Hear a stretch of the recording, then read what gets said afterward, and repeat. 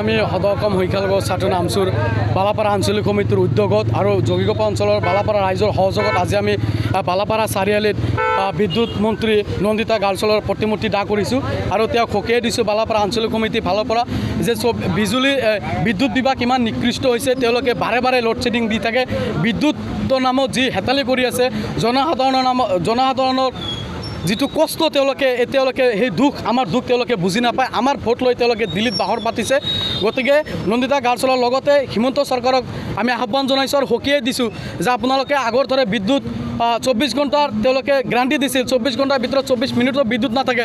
আৰু যিটো স্মাৰ্ট মিটাৰৰ নামত তেওঁলোকে যিটো জলখালা খুৱাইছে সাধাৰণ জনতাক, আগত যদি 5 টকা বিল আহিছে, মোৰ এক মাহত আহিছিল 110 টকা 20 টকা, এতিয়া মই দেখাই দিব পাৰিম এতিয়া আছে 750 টকা বিল আহিছে এক মাহত। ইমান বৃদ্ধি পাইছে বিল। কিমান জনসাধাৰণ চহৰ অঞ্চলৰ মানুহবিলাকে বিল নিদিয়াৰ বাবে কিছুমান লাইন কাটি দিব লগা হৈছে। আৰু কিছুমান ভিতৰত যদি কিবা হয়তো বতৰ বিয়াৰ কাৰণে যদি কিবা তাঁৰটো ছিঙি যায়, আমি যদি বিদ্যুৎ বিভাগক অৱগত কৰোঁ, তেওঁলোকে আমাৰ কোনো ৰেছপন্স নিদিয়ে।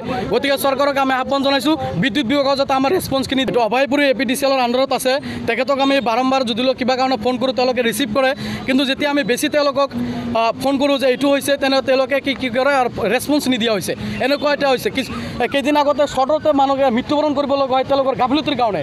গতিকে চৰকাৰক সকীয়াই দিছোঁ যে বিদ্যুৎ আগৰ নিচিনা কৰক, নহ'লে আমচুৱে কেতিয়াও হাত সাৰি বহি নাথাকিব। আজি বালাপাৰা চাৰিআলিত প্ৰতিবাদ সাব্যস্ত কৰিছোঁ, কালি ৰাষ্ট্ৰীয় ঘাইপথ কৰিম, তাৰপিছত APDCL কাৰ্যালয় কৰিম, তাৰপিছত দিল্লী ঘেৰাও কৰিম। সম্পূৰ্ণভাৱে মিছলীয়া, কাৰণ সকলোৱে গম পায় অসমৰ সৰ্বমিছলীয়া চৰকাৰখন হৈছে BJP চৰকাৰখন। তেওঁলোকে গ্যাৰাণ্টি 24 ঘণ্টা দিছিল, 24 মিনিটত তেওঁলোকে কোনো এটা বস্তু তেওঁলোকে প্ৰতিশ্ৰুতি যিকেইটা দিছে মোক দেখাই দিয়ক 5% তেওঁলোকে কাম কৰিছে নেকি? এটাও কৰা নাই। তেওঁলোকে প্ৰতিশ্ৰুতি দি আমাৰ খাটি খোৱা জনতাৰ ভোট লৈ তেওঁলোকে দিল্লীত বাহৰ পাতিছে। আটাইতকৈ দুৰ্ভাগ্যজনক কথা, যিখন চৰকাৰে 24 ঘণ্টা লাইন দিয়াৰ আমাৰ প্ৰতিশ্ৰুতি দিছিল, কিন্তু সেই প্ৰতিশ্ৰুতি তেওঁলোকে আখৰে আখৰে পালন কৰে আৰু তেওঁলোকে বিফল হৈছে। এই কথা মই ফাৰ্ষ্ট কথা নন্দিতা গাৰ্লছক পদত্যাগ কৰাৰ কাৰণে মই আহ্বান জনাইছোঁ। দ্বিতীয়তে চাওক, যিখিনি সময় লাইন দিয়ে সেই লাইনটো ফুল নাথাকে, হাফ হৈ থাকে। হাফ হৈ থকাৰ ফলত চাওক ঘৰত ফেন চেন নুঘূৰে, মানুহে মটৰত পানী উঠাব নোৱাৰে। যিবিলাক মানুহে বিদ্যুতৰ লগত সংযোগ যিবিলাক ব্যৱসায় আছে, যেনেকুৱা কাৰ ৱাছ, যিবিলাক কাৰ ৱাছ তেওঁলোকে কাৰ ৱাছ কৰিব পৰা নাই, যিবিলাকে গ্ৰিলৰ কাম কৰে তেওঁলোকে কাম কৰিব পৰা নাই, কাৰণ এই হাফ লাইনৰ ফলত।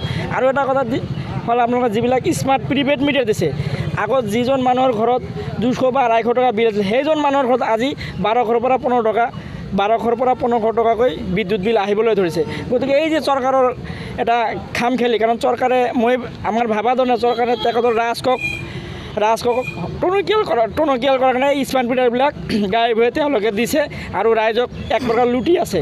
গতিকে চৰকাৰক মই আহ্বান জনাইছোঁ অতি শীঘ্ৰে এই স্মাৰ্ট মিটাৰৰ নামত যি চক্ৰান্ত কৰিছে এইবিলাক বন্ধ হ'ব লাগে। হয়, আজি আমাৰ এই বালাপাৰা বৃহত্তৰ বালাপাৰা অঞ্চলত যি কাৰ্যসূচী আছিল আমচুৰ উদ্যোগত শক্তিমন্ত্ৰী নন্দিতা গাৰ্লছৰ প্ৰতিমূৰ্তি দাহ কাৰ্যসূচী আমি ৰূপায়ণ কৰিলোঁ ইতিমধ্যে।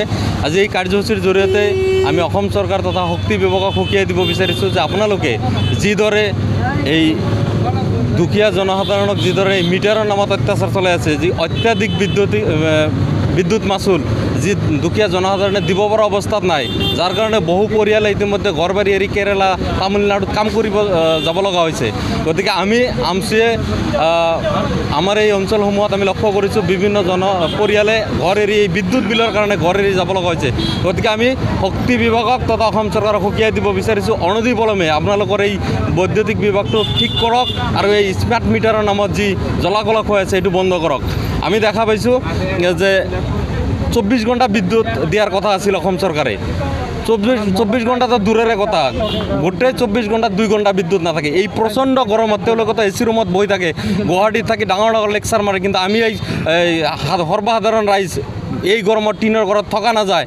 গতিকে আমি নন্দিতা গাৰ্লছৰ প্ৰতিমূৰ্তি দাহ কাৰ্যসূচী ৰূপায়ণ কৰিছোঁ বালাপাৰা আঞ্চলিক আমচুৰ উদ্যোগত।